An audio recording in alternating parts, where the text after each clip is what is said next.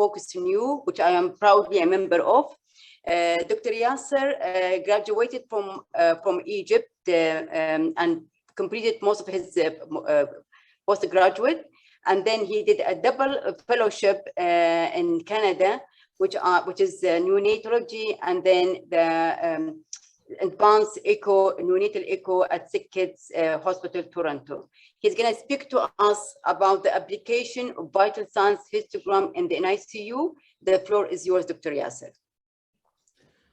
Thank you very much, Dr. Laila, for the kind introduction, and thank you, Dr. Hisham, for the invitation, and welcome everyone. Indeed, the wonderful presentation from Dr. Hani Ali and Dr. Alvaro, both presentations are really a very good introduction to my presentation. So Dr. Hani, he introduced nicely the importance of non-invasive ventilation and minimizing the risk of oxygenation and invasive ventilation. And Dr. Alvaro highlighted also the importance of monitoring oxygen and the hypoxemia and the role of histograms. This presentation, I will discuss the applications of vital signs histograms and the art of smart monitoring in an ICU. So over the next 30 minutes, first, I have nothing to disclose in this presentation. Over the next 30 minutes, I have two main objectives. Typically, I will try to answer two questions. The first question, what are the different types of monitoring modalities in an ICU? The second question, what are the physiologic and the clinical values of vital histograms? So first, I would like to show our center here in Winnipeg, the Women's Hospital. So the hospital from outside and the hospital from inside. It is a single room designed in ICU, 60 beds. And there's the iconic museum in Winnipeg, which is the Human Rights Museum.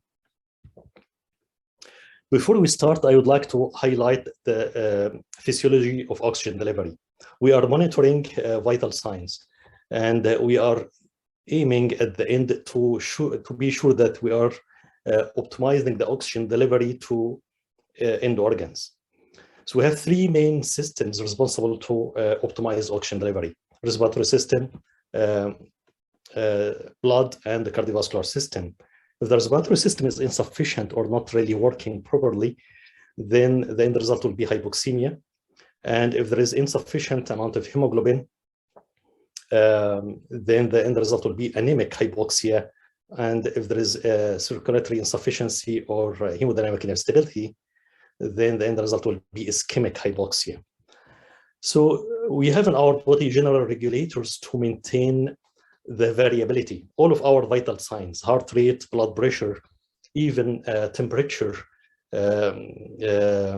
perfusion, everything is variable from time to time. There is no any vital sign which is fixed all over the time at one number. All of the vital signs are variable, moving up and down between certain two limits.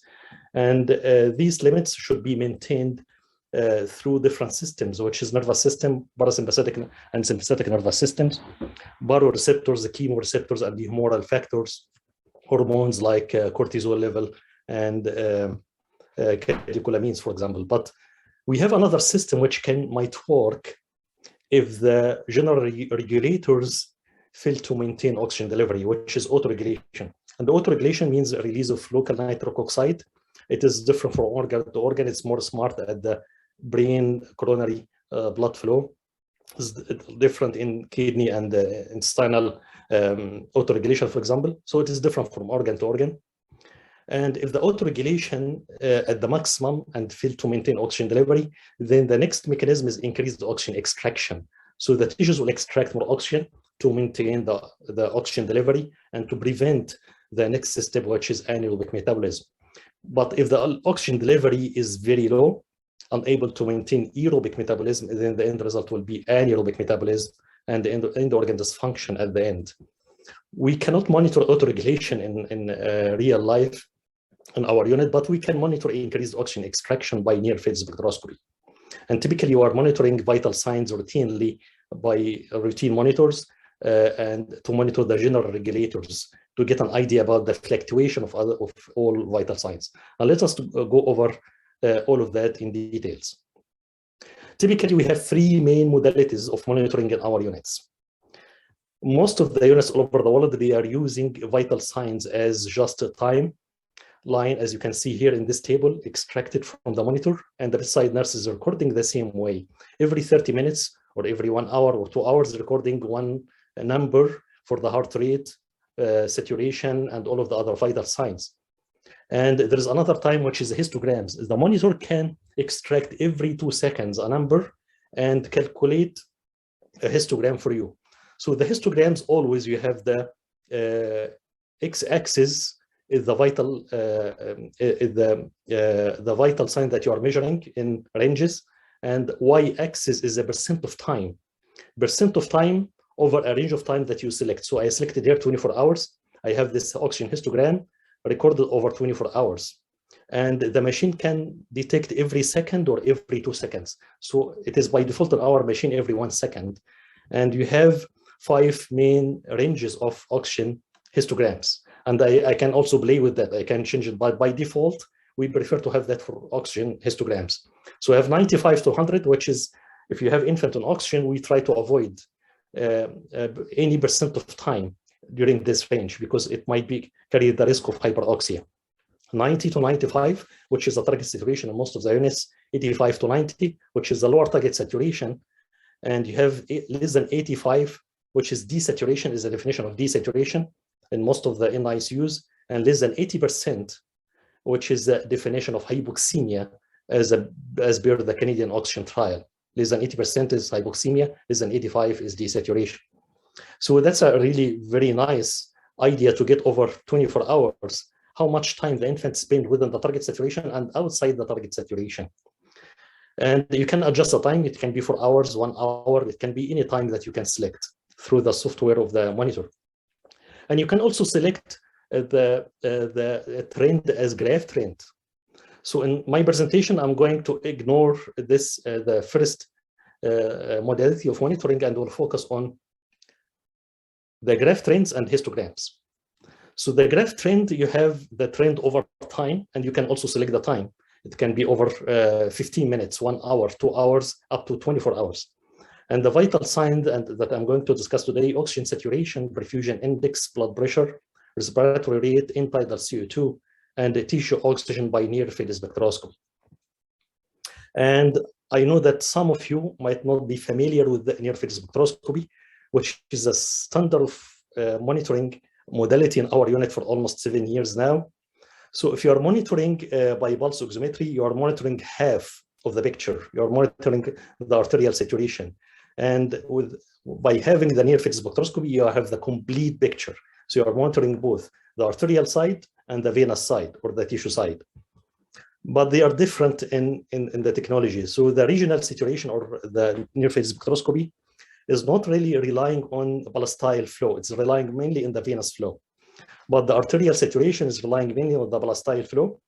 And you need to be sure that the perfusion is okay. If the perfusion is poor, then you cannot rely on the arterial oxygen saturation by pulse oximetry. And as I mentioned before, there is a variability of all of the vital signs, and there is upper limit of variability and lower limit. So the autoregulation will try to maintain the variability over time of any vital sign: heart rate variability, blood pressure variability, temperature, any vital sign variable from time to time. And this variability for healthy persons should be variable within certain limits. If they are exceeding the limits, then they are outside the upper limit of autoregulation or below. For example, if you have blood pressure below the lower limit of autoregulation, then you have increased oxygen extraction to compensate, and you can detect that by near-field spectroscopy. And if even it is more beyond the increased extraction, it might proceed to anaerobic metabolism. The same for carbon dioxide. If the carbon dioxide or hypocapnia decreased below certain limit, it will cause peripheral vasoconstriction or brain vasoconstriction, increase oxygen extraction. It might cause significant hypoxia. The same for upper limit. If the oxygen extraction is expected to be decreased because you are offering too much oxygen or too much blood flow, at the end you have risk of hyperoxia or oxygen-free radicals. So that's actually published in this randomized control trial using near-field spectroscopy in premature infants, phase 2 randomized control trial in first 72 hours of life. And they define that upper limit of autoregulation is above 85 and the lower limit is below above 85 upper limit, and below 55 is the lower limit, which is risk of hypoxia. And it is like by using near-field spectroscopy, you are ensuring that you are maintaining the brain oxygenation within the two target limits. Now let us discuss the graphical assessment of vital signs. If you are adjusting the monitor to see the graphical assessment of heart rate, oxygen saturation, end-tidal CO2, respiratory rate, blood pressure, and also the near-field spectroscopy tracing at the same monitor. It is a wonderful tool to understand if there is any deviation of any of the vital signs, the impact of that on the brain oximetry. So for example, here, you can see that the arterial oxygen saturation is fluctuating, sometimes down to low 80s. And because of this frequent hypoxemic episodes, the bedside nurse increased the oxygen. But if you look at the arterial, the brain saturation was actually maintained. So in spite of this fluctuation of the brain oximetry, sorry, of the arterial oxygen saturation, the brain oximetry was maintained, reflecting a very good autoregulation. But the bedside nurse increased the oxygen. And what's the impact of that? The brain oximetry increased above 80%. We are using 60 to 80%, which is more safe target compared to 55 to 85 in our unit. So by having the brain oximetry, we assured that the brain is maintaining oxygenation without need for increasing oxygen. But the increased oxygen was actually detrimental and increasing the free radicals unnecessarily in the brain. So I have another infant here who's compromised cerebral blood flow due to hypocarbia. So we have the end-tidal CO2. The end-tidal CO2 is only 15, carbon dioxide only 15 by this monitor.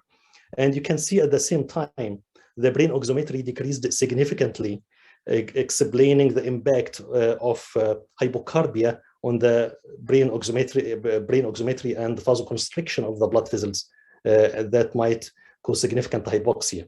And I have to mention that CO2, the impact of CO2, hypocarbia on the brain is actually more dangerous than hypotension. And I will explain that in more details later. We validated titration of inspired oxygen in preterm infants with hypoxemic respiratory failure by using near-field spectroscopy in our unit after about 4 years of using this combination to titrate oxygen. And we found that when you apply oxygen reduction, reducing FiO2, and the brain oxygen saturation did not change, this reflects a good autoregulation. So the brain is tolerating even lower FiO2. But the infant was impaired autoregulation, any slight, even non-significant decrease in FiO2 that might significantly decrease the cerebral oxygen saturation.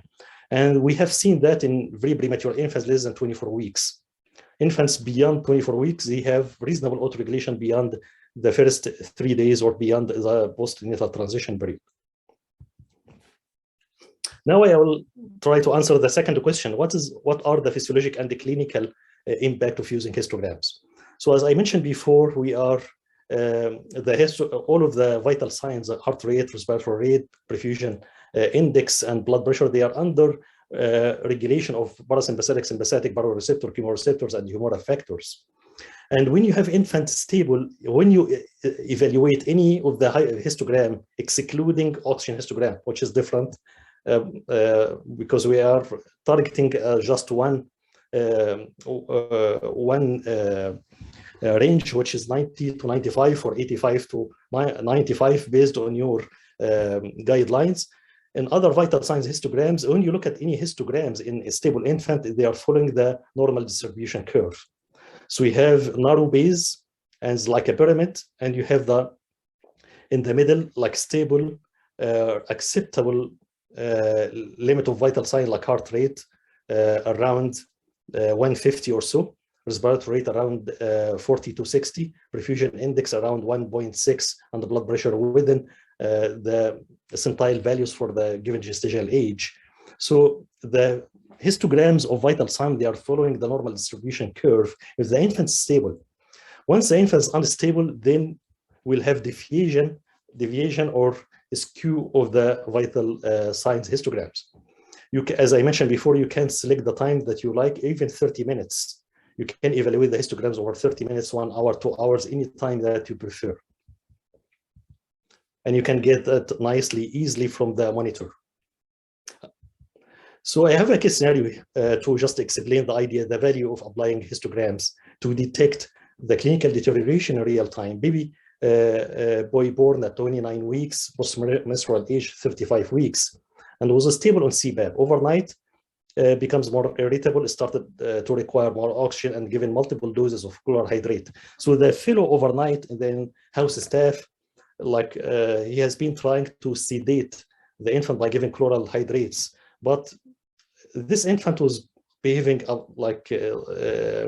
like unstable. When we came in the morning during round, I looked at the histograms. As you can see here, all of the histograms, they are outside the normal range, including respiratory rate up to 120 respiratory rate. Perfusion index is exceeding the upper limit, which is a sign of inflammatory mediators. And the heart rate was up to 200 or exceeding 220 sometimes. And the oxygen histograms, you have the range below 80% saturation, more than 10%, and very wide range of hyperoxia and hypoxia at the same time. So when you investigated for infection, we did septic workup, and this infant revealed Staph aureus sepsis and pneumonia, and required mechanical ventilation at the same day, actually high frequency ventilation after being on CPAP. Just after a couple of days after start of treatment, you can see the change on the histograms. Improved, all of the vital signs improved nicely.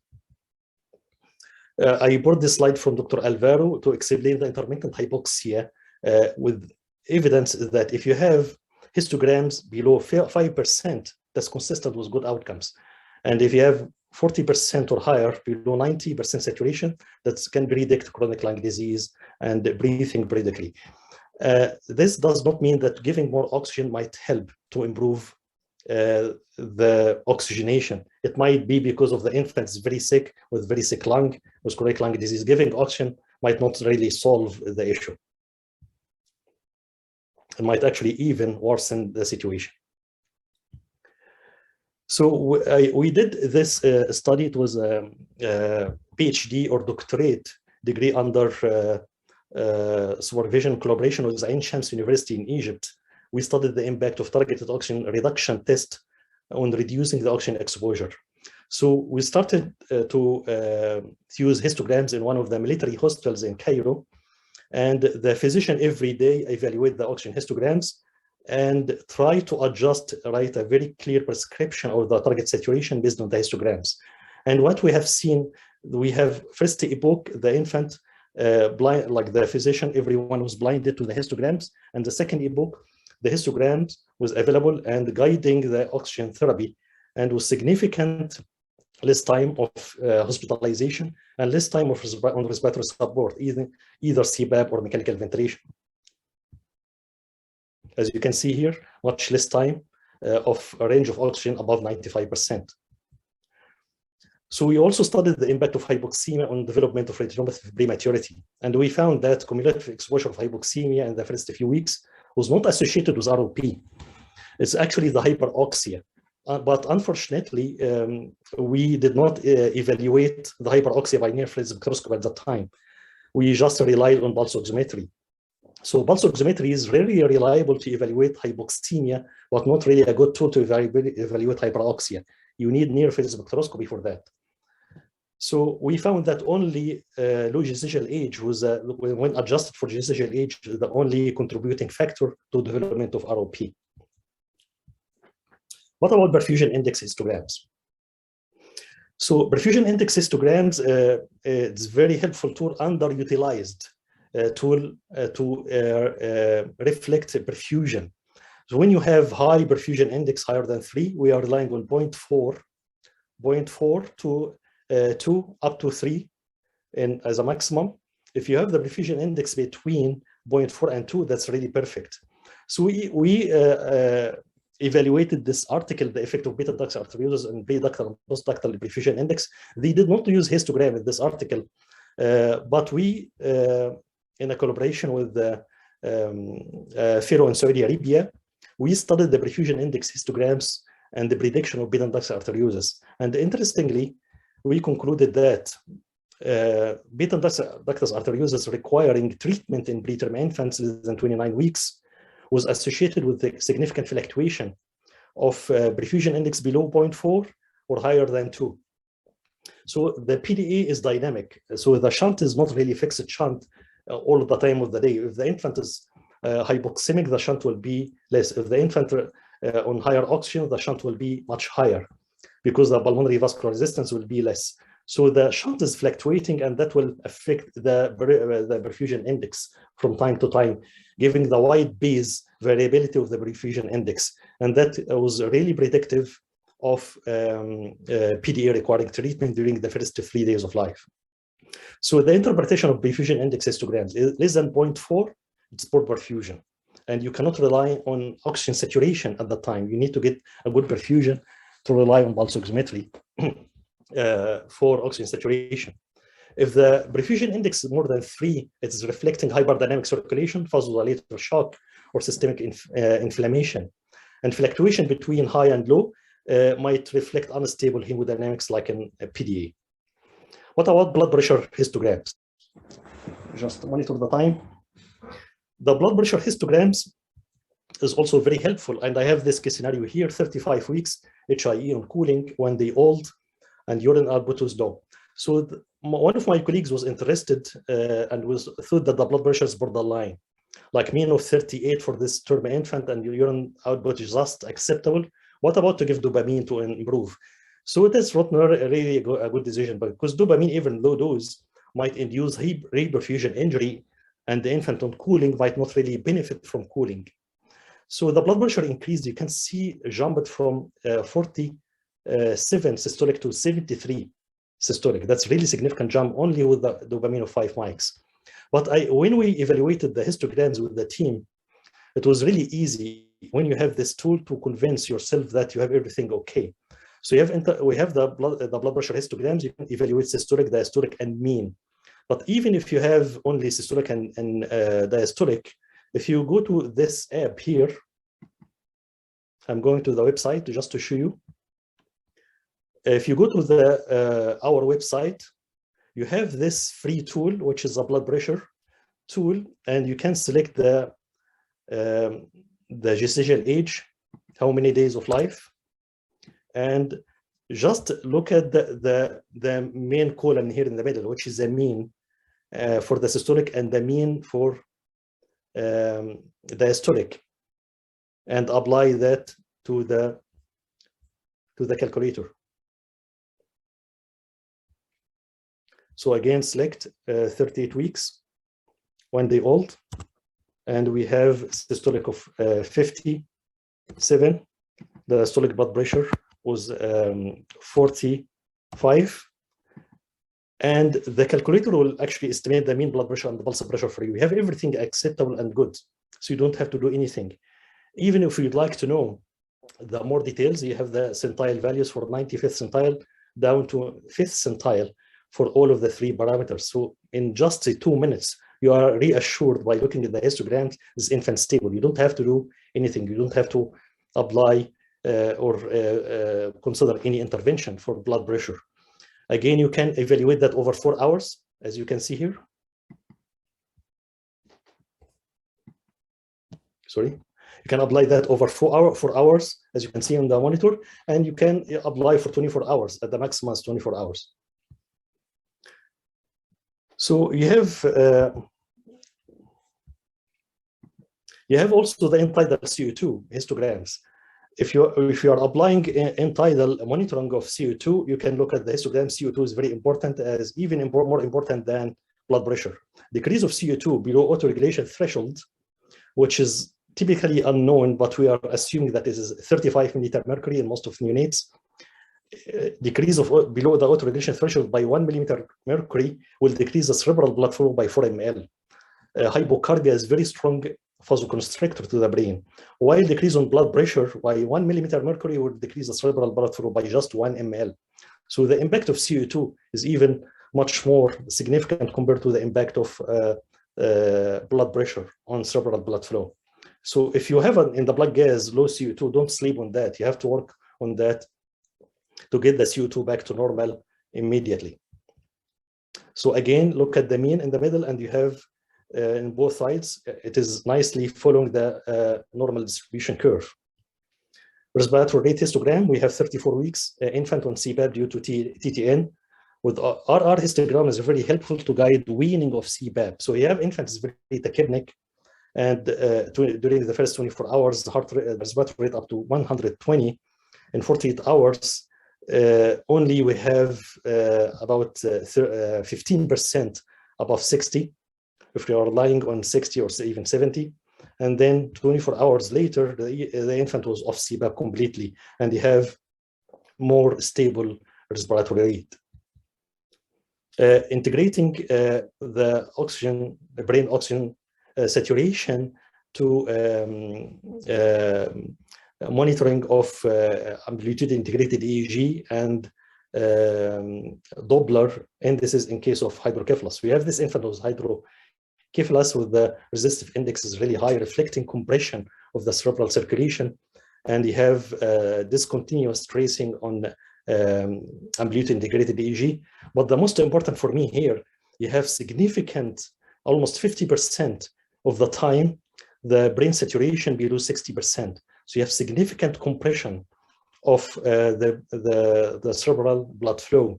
And by MRI, this infant had obstructive hydrocephalus and required Omer reservoir within 24 hours from after this evaluation.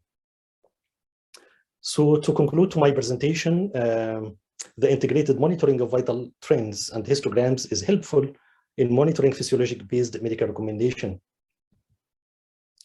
Monitoring of the vital histograms is helpful in understanding the impact of different interventions on multiple systems and multiple functions.